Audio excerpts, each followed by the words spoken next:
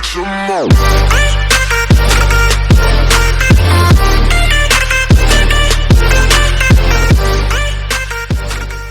My dear student, आप सबका स्वागत है मेरे इस चैनल पे ईसीटी द कॉमर्स टॉक पे। मैं कुछ दिनों से मैं बहुत दिनों के बाद वीडियो आपके लिए बना रहा हूँ क्योंकि मैं थोड़ा बीमार हो गया था। ओके, हम लोगों ने प्रीवियस जितने भी सारे 4-5 वीडियो जो हम लोगों ने डिस्कस किए थे उन सब का अब हम क्वेश्चन और एग्जाम्पल के को बनाकर अब हम समझने का कोशिश करेंगे कि कहाँ पे नेट परचेज, कहाँ पे purchase of machine, total net purchase कैसे निकालते हैं, ग्रोस परचेज कैसे निकालते हैं, ये हम क्वेश्चन के माध्यम से ये पता करेंगे और समझने का कोशिश करेंगे। ओके, तो पहला एग्जाम्पल है हमारे पास cash purchase of goods 5 lakh, credit purchase of goods 3 lakh, purchase of machine 2 lakh, purchase return 40,000। हम लोगों को कैलकुलेट करना है gross total purchase of goods and net purchase of goods. तो सबसे पहले देखते हैं ग्रोस टोटल परचेज। तो ग्रोस टोटल परचेज के लिए cash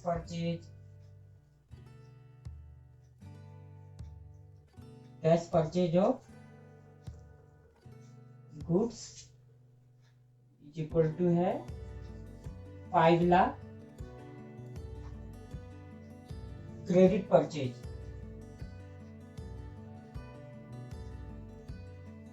purchase of goods. Student, मैं आप लोगों को बताया था कि कैश परचेज और क्रेडिट परचेज, ये परचेज जो वर्ड है वो किसके लिए यूज होता है? तो ऑफ गुड्स, ओनली गुड्स के लिए यूज होता है बिजनेस में। तो क्रेडिट परचेज है हमारा 3 लाख। परचेज ऑफ मशीन, ये तो परचेज ऑफ मशीन है। तो मैंने प्रीवियस वीडियो में ये बताया है कि परचेज जो वर्ड है वो ओनली गुड्स के लिए यूज होता है। जो स्टूडेंट अगर मेरे प्रीवियस वीडियो नहीं देखे हैं वो मैं लिंक दे दूंगा इस वीडियो में, आप लोग जाके वहां पे देख सकते हैं और समझ सकते हैं कि किसी भी बिजनेस में अगर परचेज वर्ड यूज होता है तो वो केवल गुड्स के लिए होता है, ना कि परचेज ऑफ मशीन के लिए। ओके, तो यहाँ पे हमारा नेट परचेज हो गया 8 लाख। 8 लाख रुपया हमारा हो गया ग्रोस परचेज। ग्रोस परचेज हो गया हमारा 8 लाख रुपया। ये हमारा आ गया, इसका आंसर मिल गया। अब हमें निकालना है नेट परचेज ऑफ गुड्स। तो नेट परचेज ऑफ गुड्स कैसे निकलेगा? ये ग्रोस परचेज है। ग्रोस परचेज में हम जो कैश परचेज करते हैं और जो क्रेडिट परचेज है वो दोनों मिला के लिखा जाता है, लेकिन नेट परचेज जब बोलेंगे तो जो भी हम लोग परचेज किया अगर उसमें कुछ डिफेक्टिव निकल गया तो उसे हम लेस कर देंगे, जो रिटर्न कर दिए हम गुड्स उसको लेस कर देंगे। तो 8 लाख रुपया हमारा ग्रोस परचेज है। अब 8 lakh gross purchase minus return, purchase return.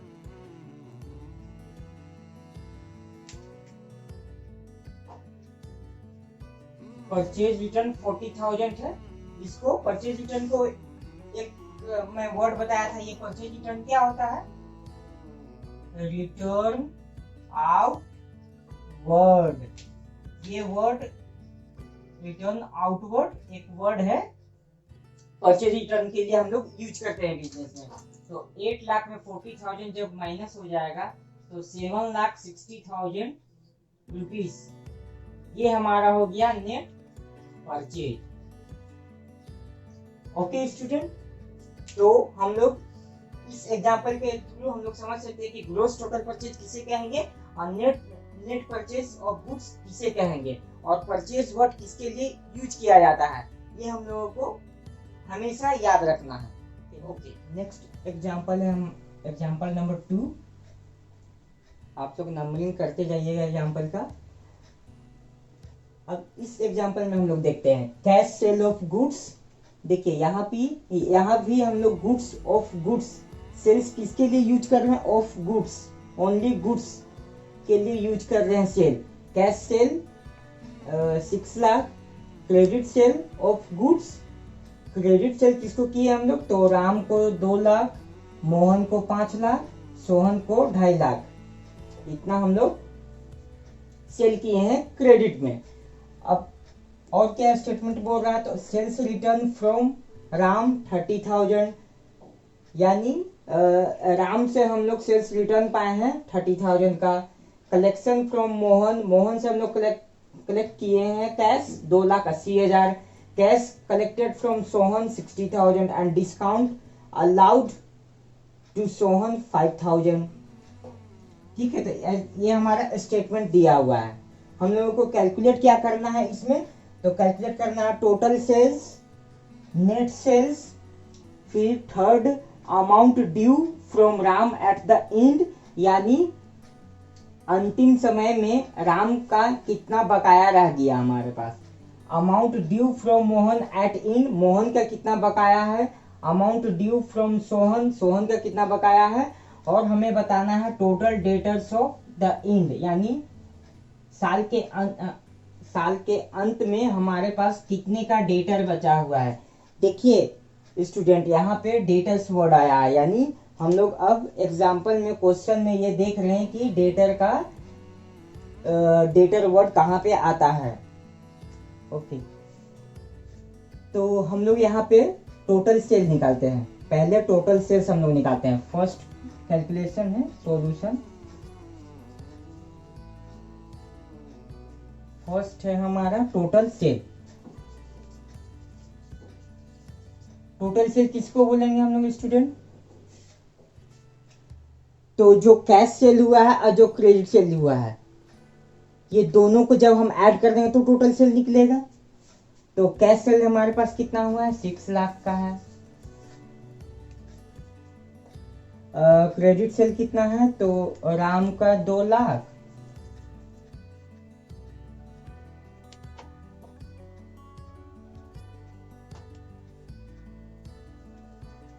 Cash sales 6 lakh, credit sale 5 2 7 8 9 9,50,000, 9,50,000 कैसे आया, तो 2 लाख प्लस 5 लाख प्लस 2,50,000, इसको ऐड कर दिए तो इतना आ गया, तो 9 6 15, यानी 15,50,000। ये हमारा क्या है, टोटल सेल है। अब हमें निकालना है नेट सेल। टोटल सेल समझिए, अब हम लोग को नेट सेल निकालना है। तो दूसरा क्वेश्चन है नेट सेल। नेट सेल कैसे निकलेगा,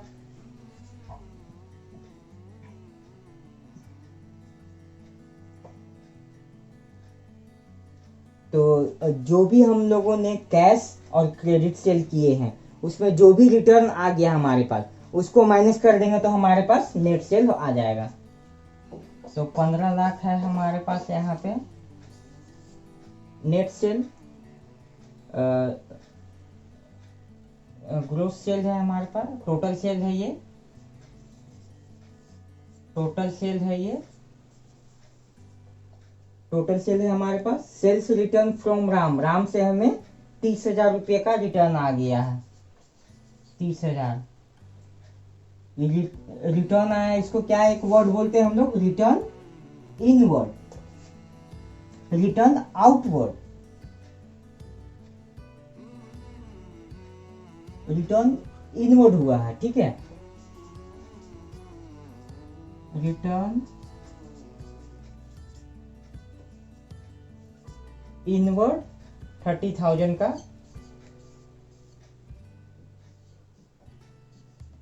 यानी 15,20,000। ये हमारा हो गया नेट सेल। ये हमारा नेट सेल आ गया 15,20,000। जो भी हमारा टोटल सेल है उसमें से हम रिटर्न इनवर्ड जो रिटर्न हुआ है 30,000 उसको लेस कर देंगे तो 15,20,000 हमारे पास नेट सेल आ जाएगा। ओके, ये सेकेंड क्वेश्चन हो गया। अब हम लोग थर्ड पे आते हैं।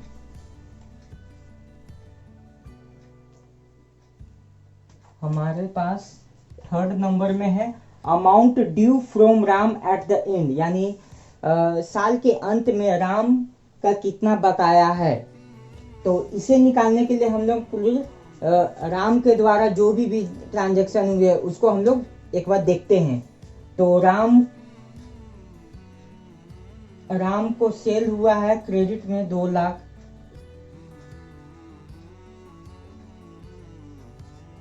Amount due from Ram eight the इन, तो सेल हुआ है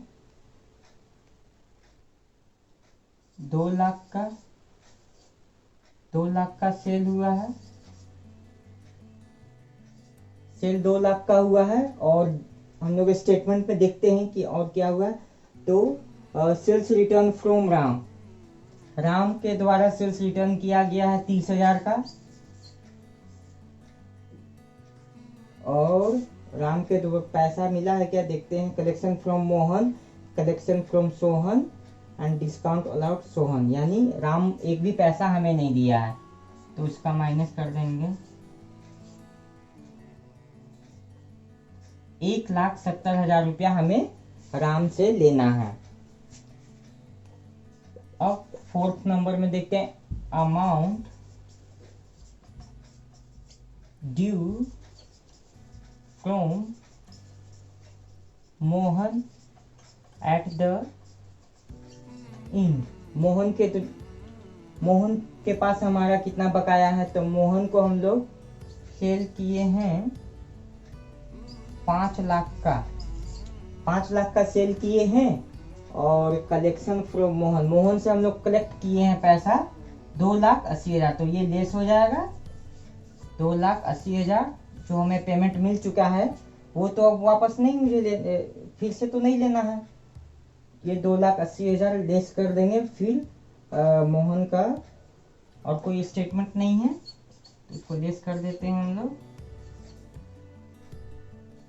2,20,000, 2,20,000 हमें इंड में लेना है, ड्यू है, ये ड्यू है। ओके, आप लोग समझते जाइएगा, लिखते भी जाइएगा। मैं मिटाता जाता हूं क्योंकि मेरे बोर्ड में ज्यादा स्पेस है नहीं। Okay, 5 number amount due from Sohan eight the end, amount due from Sohan eight the and. Sohan को हम लोग सेल किए हैं 2,50,000, 2,50,000 हम लोग सोहन को सेल किए हैं। और कैश कलेक्टेड फ्रॉम सोहन 60,000, 60,000 का हम लोग कैश कलेक्ट कर चुके हैं तो ये लेस हो जाएगा। और डिस्काउंट अलाउड टू सोहन 5,000, और हम लोग सोहन को 5,000 का डिस्काउंट भी दिए हैं। तो ये 60,000 लेस करने के बाद 1,90,000 और 5,000 डिस्काउंट अलाउड।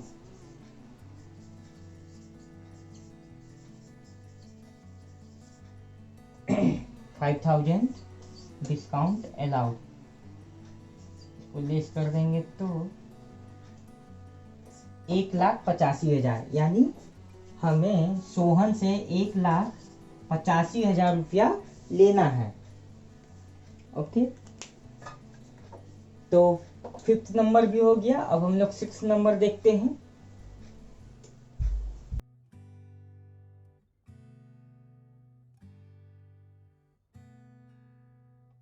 ओके, अब 6 नंबर है total debtors eight the end, यानी साल के अंत में हमारे पास डेटर कितने का रह गया है, ये हम लोग को निकालना है। तो राम से मुझे लेना है 1,70,000, मोहन से मुझे लेना है 2,20,000, सोहन से मुझे लेना है 1,85,000। ये तीनों डेटर्स को ऐड कर देंगे तो 5,75,000, ये हमारा डेटर्स हो गया।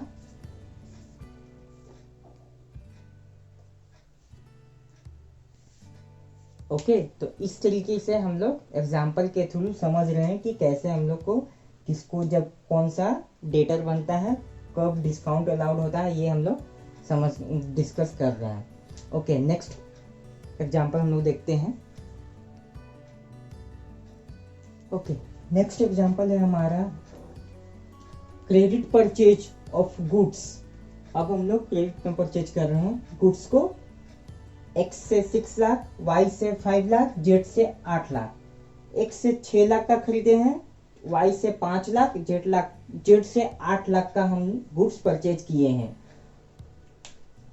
और जब हम क्रेडिट में परचेज कर रहे हैं तो बिजनेस के लिए क्या है, ये सप्लायर है या क्रेडिटर है। इसको हम सप्लायर भी बोलेंगे और क्रेडिटर भी बोल सकते हैं।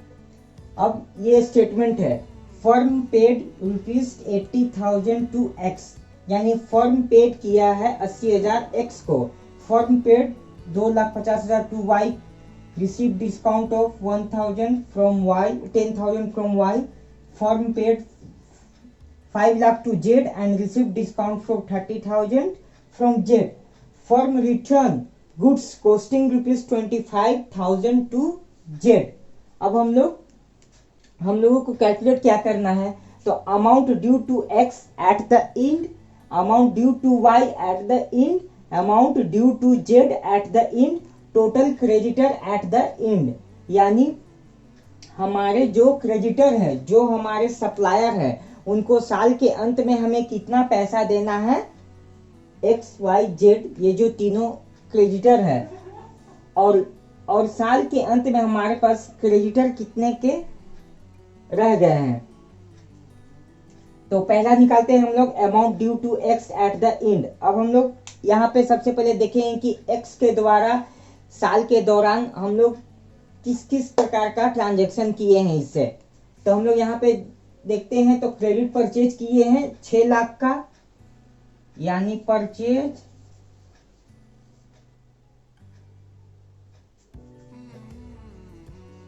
6 लाख। अब हम लोग देखते हैं कि क्या हम लोग कुछ पे भी किए हैं। तो फर्म पेड 80,000 टू X, और कहीं तो है नहीं, तो 80,000 का हम लोग इसको पेमेंट किए हैं X को, तो 80,000 पेड कर दिए हैं, तो लेस हो जाएगा ये।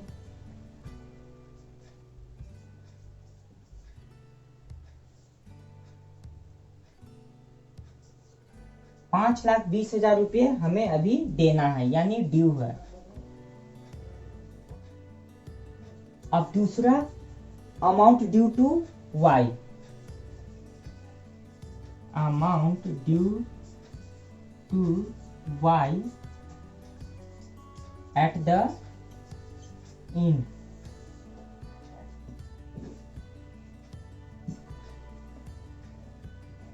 तो Y से हम लोग साल भर कितना ट्रांजेक्शन किए हैं वो देखते हैं। तो Y से हम लोग 5 लाख का परचेज किए हैं, परचेज 5 लाख। Y को क्या हम लोग पे किए हैं ये देखते हैं। तो फर्म पे 2,50,000 टू Y, 2,50,000 हम लोग पे किए हैं, तो ये लेस हो जाएगा पेड।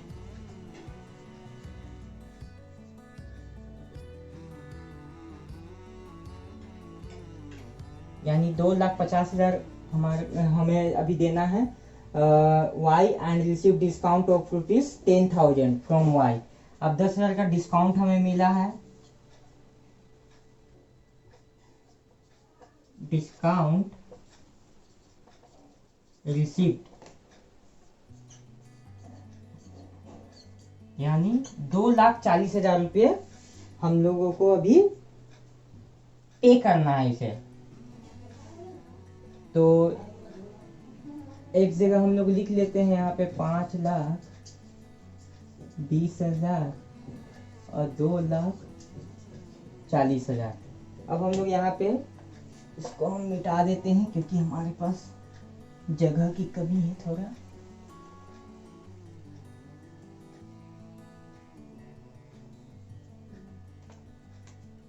अब देखते हैं हम लोग 3 नंबर,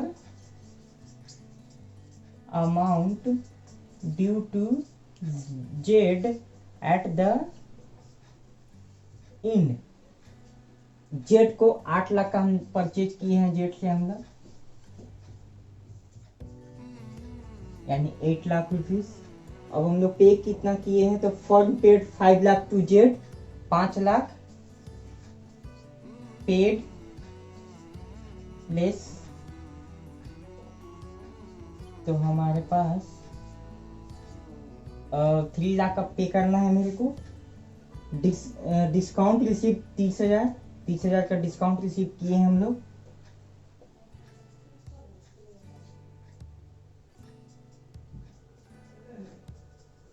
डिस्काउंट रिसिप्ट अब हमारे पास कितना हो गया है, तो हो जाएगा 2,70,000। Firm return goods costing ₹25,000 to Z, यानी 25,000 का एक ऐसा गुड्स था जो कि थोड़ा डिफेक्टिव था, तो उसको हम लोग लौटा दिए। उसकी कॉस्टिंग थी 25,000, तो 25,000 यहाँ पे लेस कर देंगे। ये क्या हो गया, परचेज रिटर्न आउटवर्ड भी इसको बोलते हैं।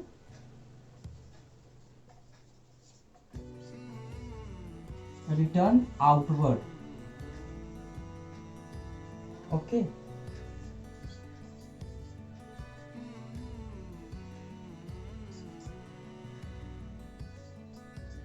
$2,45,000 अभी हमें इसे देना बाकी है। 2,45,000, ओके। अब मैं इसे डिलीट करता हूं।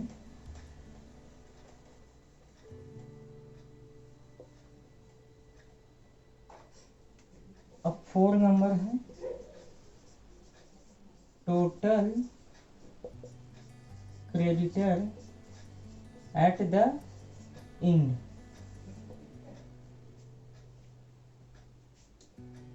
तो एक्स वाई जेड, एक्स को हमें कितना और पे करना है, तो 5,20,000। वाई को हमें और कितना पे करना है, तो 2,40,000। जेड को हमें कितना पे करना है, तो 2,45,000।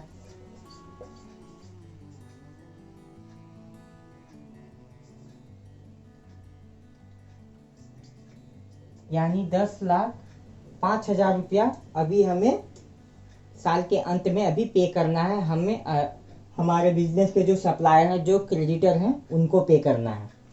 तो इस तरीके से देखिए, क्वेश्चन में जब जिस प्रकार से स्टेटमेंट लिखा हुआ रहेगा, उसको हम लोगों को समझ करके और उसका मीनिंग समझते हुए हम लोगों को ऐसे सॉल्व करना है कि साल के अंत में कितना क्रेडिटर है, कितना हमारे पास जो भी सप्लायर है हमारा, उन लोग को सेपरेटली कितना कितना पे करना है, ये हम निकाल सकते हैं। ओके, नेक्स्ट एग्जांपल है हमारा, जिसका स्टेटमेंट इस प्रकार है। Goods sold to Mohan on credit for ₹10 lakh in 2017। 2017 में एक मोहन नाम के कस्टमर को हमने क्रेडिट में 10 लाख रुपए का सोल्ड किया। अब उससे cash receive from Mohan 7 lakh का कैश मिला। डिस्काउंट अलाउड टू मोहन को हम लोग डिस्काउंट दे दिए 20,000 का। सेल्स रिटर्न फ्रॉम मोहन से सेल्स रिटर्न हो गया 50,000 का। During 2018 Mohan became insolvent and only 30% of the amount could be recovered. Okay, आप यहाँ पे एक ध्यान दिए होंगे कि मेरे जो भी एग्जाम्पल है, हर एक एग्जाम्पल में आपको कुछ न कुछ एक नया वर्ड जानने को और सीखने को मिलेगा उसी एग्जाम्पल के थ्रू। तो यहाँ पे भी एक वर्ड आया insolvent, 30% of of the amount could be recover. ठीक है, अब इसका हम लोग कैसे हमें कैलकुलेट क्या करना है ये देखते हैं। पहला है amount due from Mohan eight the end of 2017, जो कि हम लोग प्रीवियस एग्जाम्पल में निकाल चुके हैं कि कोई किसी को भी हम क्रेडिट में सेल करते हैं तो हमारा जो डेटर है वो कैसे साल के अंत में निकालना है। एक नया चीज है कि amount of bad debts from Mohan. अब एक नया वर्ड यहाँ पे आ रहा है बैड डेट्स, इस पे हम लोग का मेन फोकस है, VVI है ये। ठीक है, मोहन के पास हमारा कितना ऐसा डेट था जो डूब गया, मतलब बैड हो गया। वो बैड डेट्स का मतलब आपको हम पहले ही प्रीवियस वीडियो में बता चुके हैं। अगर आप लोगों ने मेरे प्रीवियस वीडियो नहीं देखे हैं तो मैं डिस्क्रिप्शन बॉक्स में उसका लिंक दे दूंगा, आप लोग जरूर देख लें, उसके बाद हमारे एग्जाम्पल पे आएँ। और जब तक मेरे द्वारा सारा एग्जाम्पल नहीं बता दिया जाता तब तक आप लोग अभी बुक नहीं देखेंगे। मैं अभी एक एक करके पूरा एग्जाम्पल बताऊंगा। आने वाले नेक्स्ट वीडियो में भी आप लोगों को मैं एग्जाम्पल के थ्रू बताऊंगा वो सारे जो वर्ड्स हम लोग सीखे हैं उसको कैसे इम्प्लीमेंट करना है, कैसे हम लोग उसको क्वेश्चन में फाइंड आउट करेंगे और उसको यूज करेंगे, कैसे हम लोग कैलकुलेट करेंगे, ये मैं नेक्स्ट वीडियो में भी बताने वाला हूँ। तो कृपया करके आप हमारे वीडियो में बने रहें और देखते रहें। अब मैं ये देखता हूँ computation of amount due from Mohan eight the end of 2017। तो मोहन क्रेडिट सेल कितना हुआ, सेल 10 लाख का सेल हुआ था। कैश रिसीव फ्रॉम मोहन से कैश रिसीव हो गया यानी पेड हो गया माइनस 7 लाख।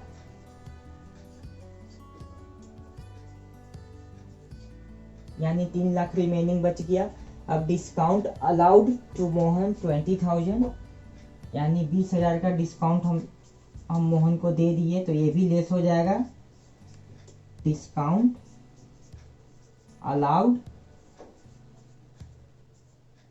यानी 2,80,000 अब रिमेनिंग बच गया है। सेल्स रिटर्न फ्रॉम मोहन यानी सेल्स रिटर्न हो गया 50,000 का।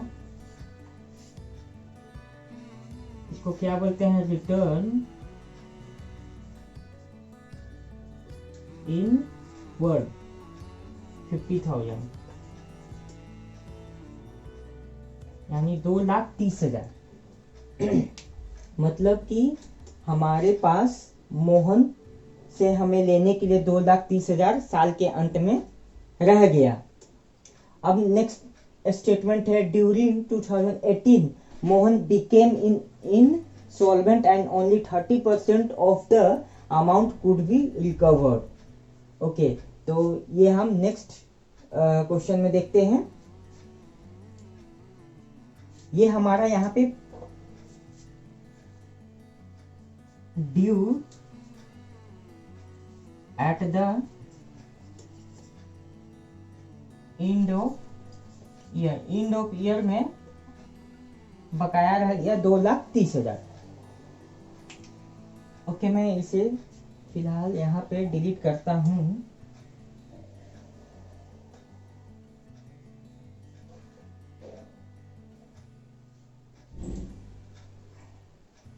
₹2,30,000, ये 2,30,000 मैं यहाँ पे लिखता हूँ। अभी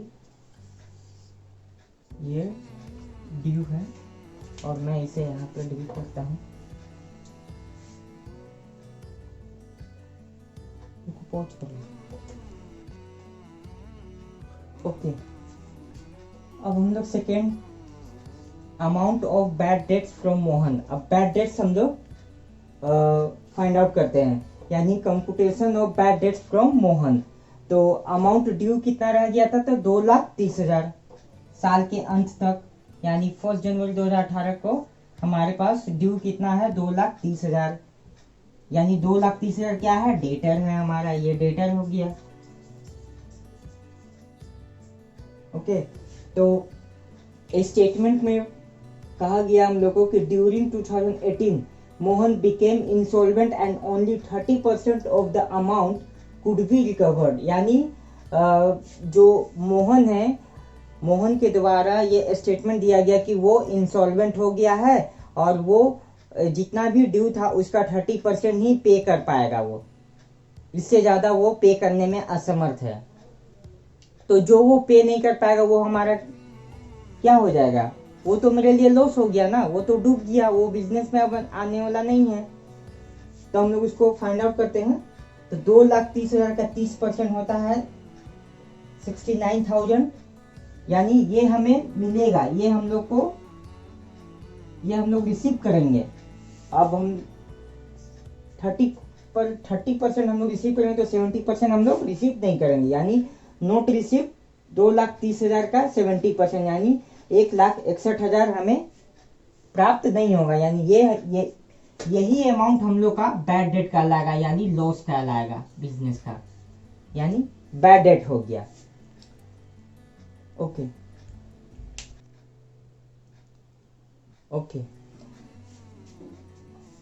अभी तक ले हमने जो भी 3-4 एग्जाम्पल देखे हैं उससे हमारा क्या कंक्लूजन निकलता है, हम किन वर्ड पे मास्टरी कर लिए हैं, जान लिए हैं, समझ चुके हैं, वो हम लोग देखते हैं। तो नोट 1 लिखिए पहले, नोट 1, नोट 2, नोट 3, हम लोग 3 नोट के थ्रू मैं आप लोग को बताता हूँ। पहला नोट में है कि रिटर्न ऑफ गुड्स। जब रिटर्न ऑफ गुड्स होगा तो परचेज रिटर्न्स होगा तो रिटर्न आउटवर्ड उसको बोलेंगे। जब सेल्स रिटर्न होगा तो रिटर्न इनवर्ड बोलेंगे। जब हम लोग परचेज करके लेके आएंगे और उसको रिटर्न करेंगे तो रिटर्न हमारे पास से वो जा रहा है तो वो आउट हो रहा है हमारे बिजनेस से। और जब सेल्स रिटर्न होगा, जब कोई कस्टमर हमें वापस करेगा, जो जिसको हम बेचे थे वो मेरे बिजनेस में लेके आएगा गुड्स को, तो उसे रिटर्न इनवर्ड बोलेंगे हम लोग, क्योंकि वो गुड्स हमारे बिजनेस में आ रहा है वापस। ओके, तो ये नोट 1 में। अब नोट 2 में देखते हैं परचेज ऑफ गुड्स। जब हम लोग परचेज ऑफ गुड्स करते हैं तो 2 बेसिस पे करते हैं, एक कैश बेसिस, एक दूसरा क्रेडिट बेसिस। जब कैश बेसिस करते हैं तो कैश पेड कर देते हैं तो वो ट्रांजैक्शन खत्म हो जाता है। जब हम लोग क्रेडिट बेसिस पे परचेज करते हैं तो वो मेरे लिए सप्लायर बन जाता है, फिर सप्लायर से वो क्रेडिटर बनता है। ऐसे मत देखिए, आप लोग को ये बताया गया है, आप लोग को हम ये पहले ही बता चुके हैं कि क्रेडिट बेसिस में करेंगे तो सप्लायर होगा, फिर क्रेडिटर बनेंगे, फिर क्रेडिटर से फिर बिल्स पेबल होगा। तो इसलिए आप लोग याद कीजिए और प्रीवियस वीडियो जरूर देखिए और आप लोग याद करने की कोशिश कीजिए। तो सप्लायर है, सप्लायर फिर क्रेडिटर है, फिर क्रेडिटर से बिल्स पेबल बन गया, तो क्रेडिटर और बिल्स पेबल ये दोनों हमारे बिजनेस का लायबिलिटी होता है। तो ये नोट 2 हो गया। अब नोट 3 में देखते हैं हम लोग, तो sales of goods, cash basis में, क्रेडिट बेसिस में। तो कैश बेसिस में करेंगे तो कैश अगर हम रिसीव कर लेंगे तो ट्रांजैक्शन हमारा कंप्लीट हो जाएगा। पर से क्रेडिट बेसिस में करेंगे तो वो हमारा कस्टमर बन गया, फिर वो डेटर बनेगा, फिर डेटर से बिल्स रिसीवेबल बनेगा। तो डेटर्स और बिल्स रिसीवेबल ये दोनों हमारे बिजनेस के लिए असेट है, क्योंकि इनसे पैसा हमें वापस लेना है। तो इस तरीके से हम लोग जो भी वर्ड्स को सीखे हैं उसको इम्प्लीमेंट करना है, उसको क्वेश्चन में हम लोग को समझना है और ये हम लोग को बनाना है। तो okay, that was my time and इसी तरीके से वीडियो मैं अगले दिन भी लेके आऊँगा और एग्जाम्पल के थ्रू आपको बताने की कोशिश करूँगा और समझाने की कोशिश करूँगा। ओके, थैंक यू वीडियो देखने के लिए।